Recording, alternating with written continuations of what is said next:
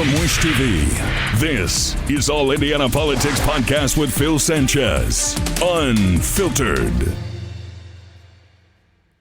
Welcome to a special edition of the All Indiana Politics Podcast and Unfiltered with Phil Sanchez. I'm Garrett Bergquist, filling in for Phil Sanchez, and joining us today is Republican candidate for governor Jamie Reitenour. Jamie, thanks for coming in today. Thanks for having me, Garrett. So tell us a little bit about your background. Well, whenever I was 26 years old, I got my first corporate job. I started as a secretary of the company, and then within the year, I was promoted to the second in charge of the second largest mortgage broker in California. My job was to be the compliance manager for the broker, which meant that it was my job to find out who was doing what was right and who was doing what was wrong. We were also over the fraud department. We worked with real estate loan officers specifically. And so, yeah, I've had a lot of background in mortgage. I also was an athletic director. I've spent many years involved in women's ministry and kids ministry. I'm a worship leader. So I'm just a person that loves to work and serve people. And now I get to do that here in the state of Indiana. So you mentioned you worked out in California. What brought you to Indiana? Well, actually, I went from California to Michigan. So my dad is in the military. Actually, both of my parents serve in the military. But so whenever people ask me, where I'm from, that's always an interesting question. But my husband is from Michigan. So I married Nathan. We were in Michigan for some years, and then we went to Illinois, back to Michigan, and then came to Indiana. So we really were called out of Michigan. All of our family lives there. He has 5 siblings that live in Michigan, and my sister lives in Michigan as well. And so we were just in a time in our marriage where we just really wanted to live our faith. And so we prayed about it and felt like the Lord was calling us to the state of Indiana. So a little over 6 years, or going on the 7th year now, we moved to the state of Indiana, and it has been all good. And now you are running for governor of Indiana. You're one of 6 Republicans running in the primary. Tell me about your decision to run. Right. Well, I've said before, and I've said this all over the state of Indiana, I was never one that was ever interested in being involved in politics. My running for governor here in the state of Indiana comes from a calling. It's a calling that the Lord gave me over 6 years ago. I was in downtown Indianapolis, and I just heard a whisper over my ear, "You're going to be the governor of the state of Indiana." I took it very serious. I went and studied. You can't be governor unless you've lived here 5 consecutive years. And so I waited. We went through COVID, which was a big learning experience for quite literally the world. During that time, we just continued to prayerfully consider what the Lord had said. I noticed that I was seeing people more in the state of Indiana, so all of a sudden my heart had kind of grown for the people of Indiana. And then after 4 years of the calling being on the shelf, I went to Panera with a prayer team lead, and a woman walked up and asked me, "What does the Lord have to say to you?" And she just said to me right there in the Panera that the Lord had given me a love. It was for people more than just my family, and I needed to walk in that love. And then the following week, I was with the same person, and a man walked up and he said, "God bless you," to my friend. She said, "God bless you, Jesus is Lord." He said, "He is the Lord. He's the everlasting to everlasting." And then he asked her if she loved the Lord. She said, "I do with all my heart." And he turned and looked at me and he said, "The people do not know how much the Father loves them. He gave his Son." And then he said, "You have a calling on your life. It's a calling for your future. You need to let your past go. You need to walk in that calling and allow the Lord to renew your mind, that you might approve the pure and acceptable will of God." And so I went home, I got into the Word of God. I operate out of the book of Nehemiah. That's where I really feel the Lord guided me. In my study of Nehemiah, in the first chapter, it says the walls have been broken down and the gates have been burned with fire. And so what I submit to the people of the United States of America, and especially the Hoosiers, is that we are in the midst of a spiritual and moral crisis in our country. And I am just one that is called to serve the people and to return the power back into the hands of the people. The power is really the safest in the hands of the people. And then I always say in this order, if the people choose the Lord, then we'll see revival. Your faith is clearly very important to you. Has it always been that way? Was there, did it gradually become a greater part of your life during adulthood? Right. Well, I got saved when I was 13 years old. So I was raised in a Christian home, but my personal relationship with Jesus didn't start until I was 13. I actually went through a year of just being really depressed. I think a lot of kids can go through that during transition ages, whenever you're young and you're going from like 8th grade to 9th grade and you're just trying to learn yourself. And so I had this moment in time where I was just really struggling with depression, and the Lord was there for me. And I remember just asking him into my heart, telling him that I believed in him. And so I believe I was saved at 13, but I didn't really see my walk catch on fire for the Lord until I was in college. I got involved with a group called Campus Crusade for Christ. And so we did a lot of ministry, went to the inner cities. It was pretty amazing.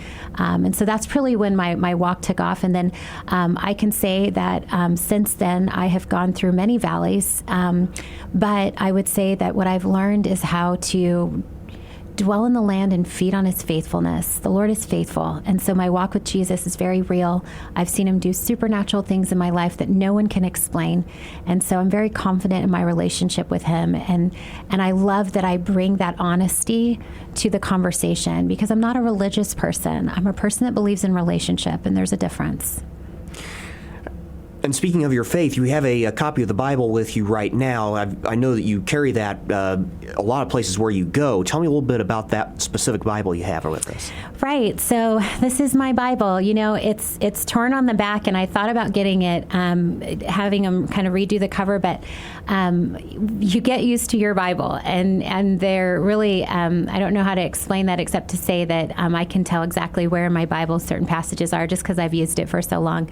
But yes, I read the Word of God often. My family, my children, and my husband and I, we go through what's called the 1 Year Bible, which is really just a Bible that separates passages in such a way that whenever you go through the year, you've read the entire Bible. And so one of the things that we love is we're on our 4th year with our children going through the 1 Year Bible. My children know the Word. They speak the Word. It's very special for my husband and I. So yes, I love the Word of God. It is a treasure to me. So let's talk a little bit about your run for governor. You use the slogan, Indiana Goodness. Tell me a little bit about what that means. Right. So Indiana Goodness is really, I think, something that a lot of people can identify with, especially coming out of COVID. I think that, there's a lot of conservatives and really you might even find Democrat libertarians, people that have trusted, let's say, the system, the political system. We go, we vote, we believe that people are going to do what they say on stump. But when we ran into COVID, we really saw government overreach in an extreme way. And I think that it really, no matter which way people fall in COVID, because I've actually had some people in my family that have passed away from COVID, so delicate subject. But what it did show us is just how far in government can go, how much overreach is actually allowed. And in the process of that, I think we have to look at ourselves. We have to do just some constructive criticism of our own involvement. And so Indiana Goodness is really this idea of do not be overcome with evil, but overcome evil with good. It's the heart of saying, there are many problems, but we, the people, we can solve these problems. It's going to take involvement. So I run on truth, transparency, and engagement, because the goal is not for me to get into office and everyone to say, okay, she's got all the answers. Now I'm going to go back to my life. Like, no, that's why we are where we are. This is the people need to get engaged in their government at all levels. That is when our country is going to be the strongest. Let's talk about your plan for education. I understand you like to put a lot more emphasis on the trades at an earlier stage in the school process? I do. I love that kids are oftentimes hands-on learners, and so we have our plan for K through 5, wanting to take technology out and emphasize on the core academics, and then 6th grade we want to see adopt a classroom where the private sector comes in and answers the question, how has technology, innovation, AI affected your profession? So we want to raise the conversation for our 6th graders, because in 10 years the workforce is going to change, and we want Hoosiers to be ready for that.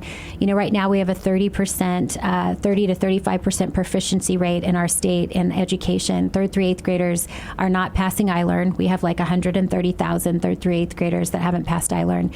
And so this is really something that we don't see a lot of people that are running for governor speaking about. Nobody has an education plan. We've made it our emphasis. And we'd like to see trades, 7th and 8th graders, go back to having those workshop classes and sewing classes and cooking classes. I had that when I was younger. It was wonderful.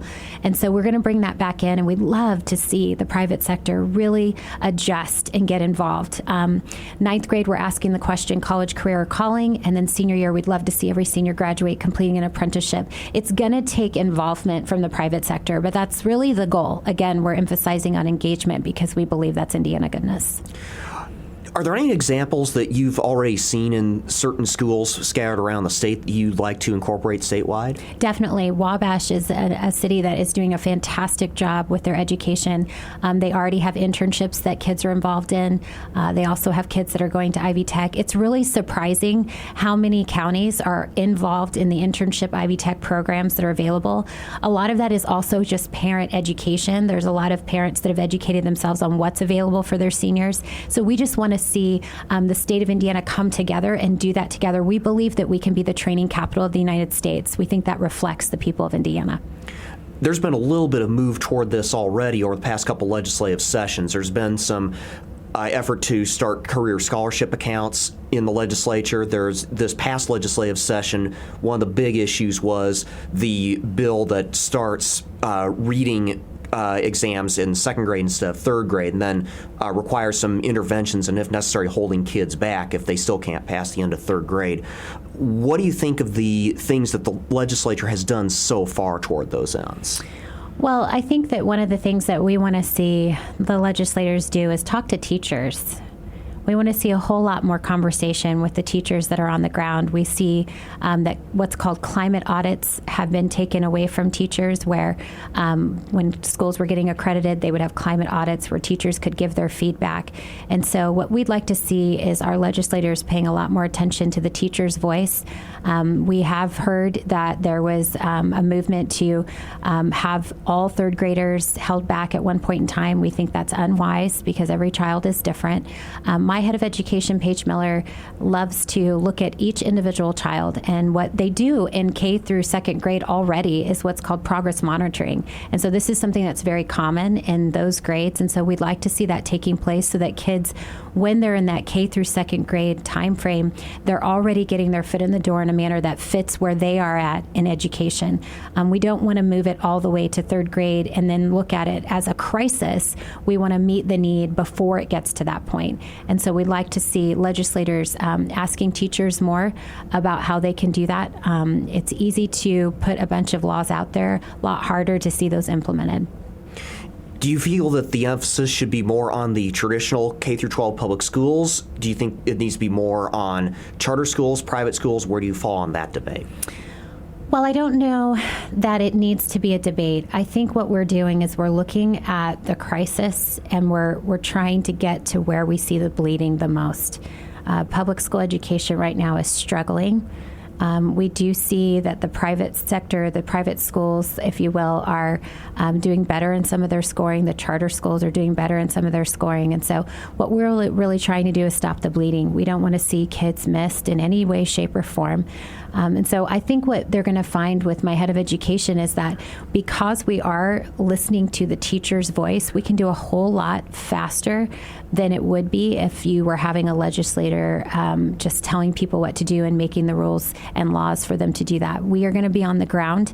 My head of education will not be brick and mortar inside the office all the time. She's going to be visiting high schools with her team so that she knows what's taking place on the ground. That's going to help all of us in the state move at the same time. I don't think it'll be broken up, public school this, charter school that. I think we're all going to move at the same time. You've called for an audit of all the state agencies and potentially shutting some of them down. Tell me a little bit about which agencies you have in mind. Well, we focused a lot on the IEDC. I'm studying the IEDC right now, the statutes, the Indiana code that allows for that. They're rather shocking. The news should hang out there for a while. I am surprised that we have legislation that went through and gave such broad authority to the IEDC with such little accountability. So we are auditing from that perspective. We think that we see really the fruit of their labor, this $2 billion pipeline for LEAP, which is $20 million per county. I mean, that deserves to be looked at. So we look at the IEDC. We're also looking at the Department of Child Protective Services. We want to see our foster care, and that's really a broken system in the state of Indiana. And so we're looking very closely at that and how we can not just what what people say is it's like putting duct tape on a system and expecting it to do well, and the kids that are affected in the foster care system are just, it's life-changing situations that they're going through, and it is not doing well in the state of Indiana. So we'd like to reassess the Department of Child Services and see what we can do with the private sector being involved. There's already some private contracts that are out there, and from what we've heard on the ground, a lot of those private contracts are doing a lot better. The private sector is doing a lot better than the government is in that specific area. So we're going to be looking hard at that as well. How do you ensure, though, that if you do switch to a chiefly privatized child care services system, that those contractors are still meeting the basic needs of the children? How do you maintain oversight? Well, they're doing it now, so it's possible because we know that there's so many private contractors that are involved right now. What we're saying is that the state has already created oversight. We're just saying that we probably need to outsource more. So we'll just take the system that they're using now and we'll broaden it so that it's over more people. Returning to the IEDC issue for a minute, are you saying you would want to completely shut down the IEDC, or might you simply scale it back? Well, Garrett, it's a hard question because if you scale it back, then my name is on everything.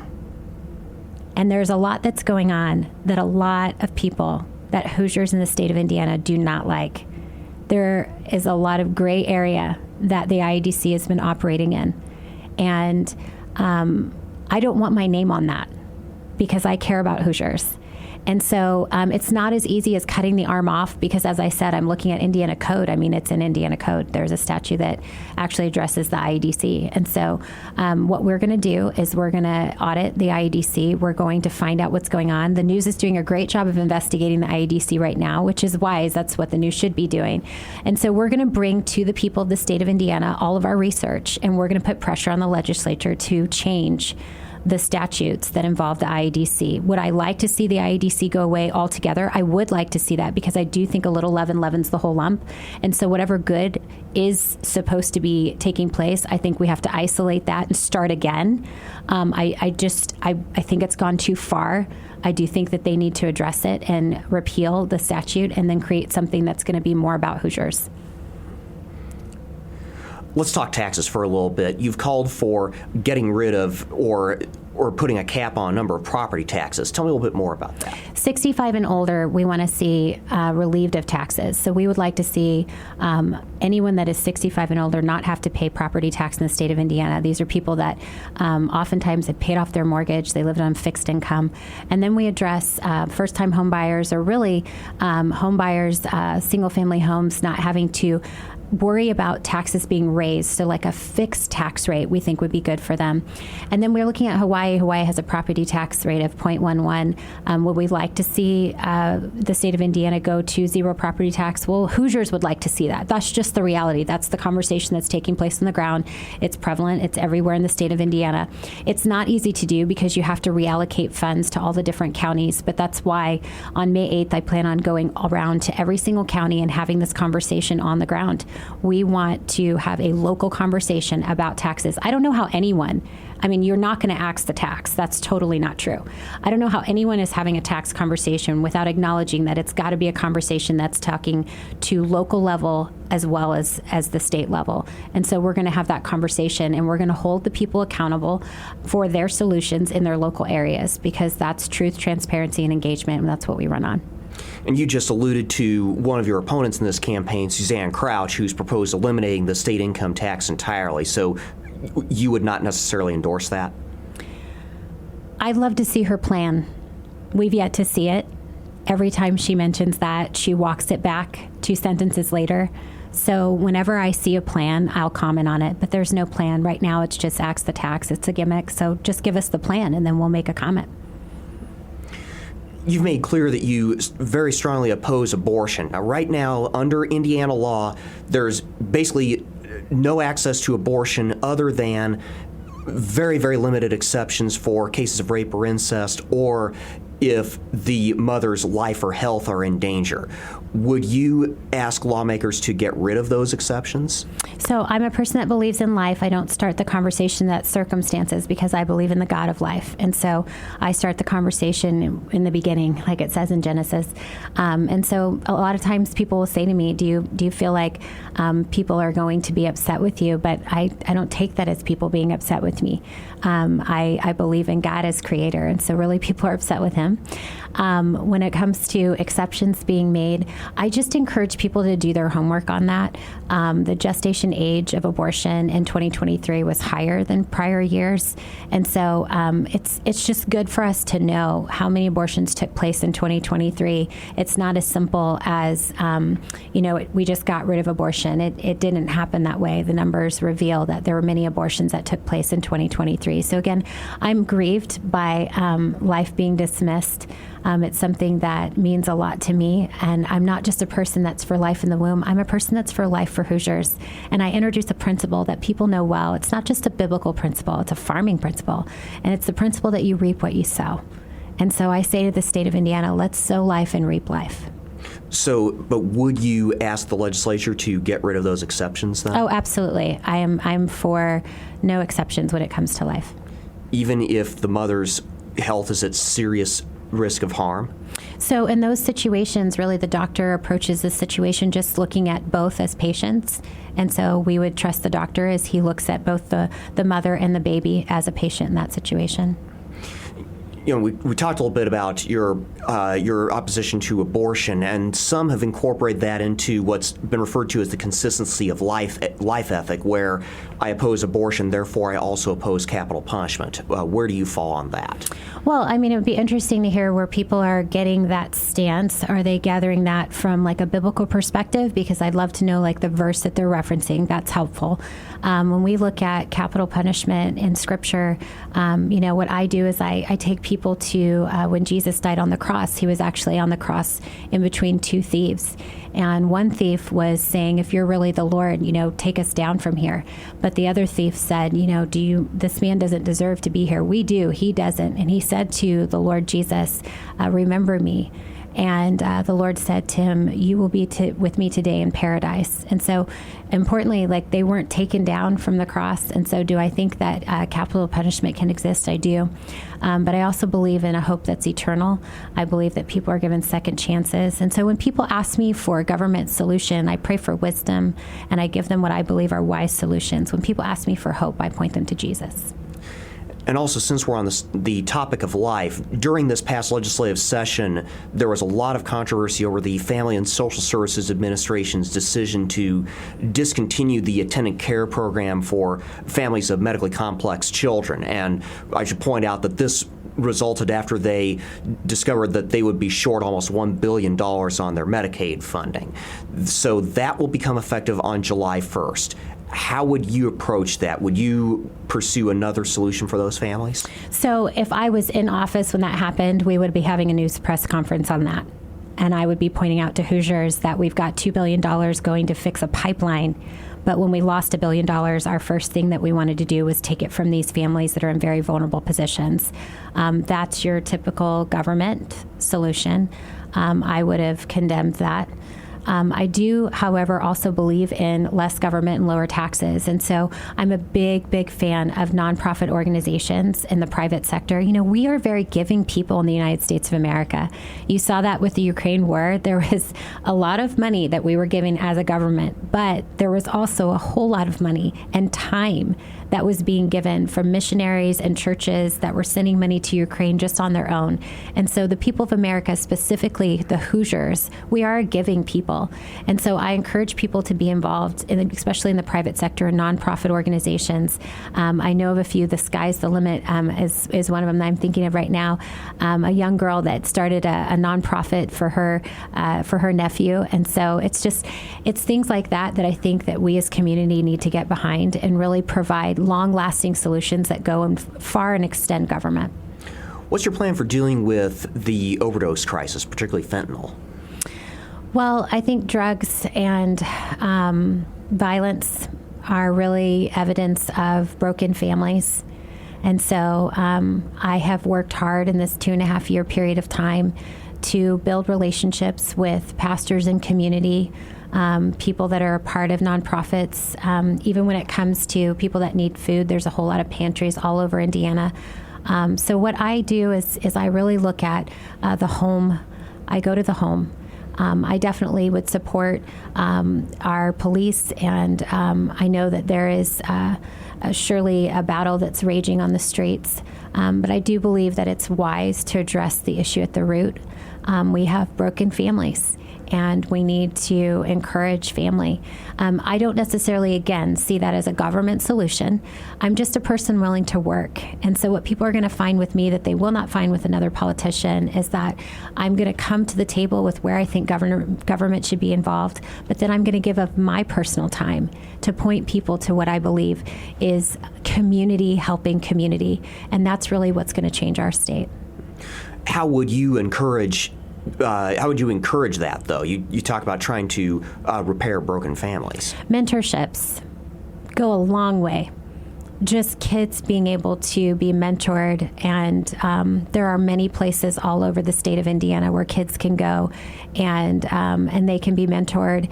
I think that we probably could see more involvement by people that are serving in the private sector, people that are in government just on their own time, going out and being able to mentor kids. I think that would make a huge impact. Curtis Hill's always talking about the letters that he writes as former Attorney General. Well, it'd be nice if he would go and be in some neighborhoods and walk around, because kids are really impacted when people actually spend time with them one-on-one. So it is a calling for people to go the extra mile, but that's what we believe represents Indiana goodness, and that's what Hoosiers deserve. I'm going to go into the weeds here a little bit. You've said that you want to bring a form of passenger rail back to Indiana to connect and develop small towns. Tell me a little bit about that. Garrett, we're really excited about this. It takes a lot of hard work. We are doing our research. We've looked at Northeastern, which is up in the northern side of Indiana, and kind of what they're doing with industrial rail. But we would like to see the small towns in Indiana connected. I guess you could think of it like you have in Kentucky, the Kentucky Bourbon Trail. We would like to see the Indiana Goodness Train in the state of Indiana. It's really a difference in the opinion as to the trajectory of the state. This current administration and a lot of the people that support the IEDC, Brad, Eric, they really lean towards AI and taking the state of Indiana in that direction. I just personally don't believe that's what the state of Indiana needs. I don't think that's who she is. There are segments of the state of Indiana that would be great in innovation and technology, but that's not the entire state. She's not a one-size-fits-all. And so we really look at every area of the state of Indiana. We'd like to see our small towns, by the way. They're not just small. They're like under 1,000. Small towns connected with the Indiana Goodness Train, where you'd have like a coffee shop and a kitchenette where schools, universities could come and bring their culinary arts departments in, do tastings. And then when you go from small town to small town, we would only do tastings on the train so that those towns would then be able to do the breakfast, lunch, and dinner. And so we're looking at the possibility of something like that. We're also looking in Gary, Indiana at the airport and what can maybe come of the airport there. So we're trying to look at every aspect of the state, which is not what the IEDC is doing.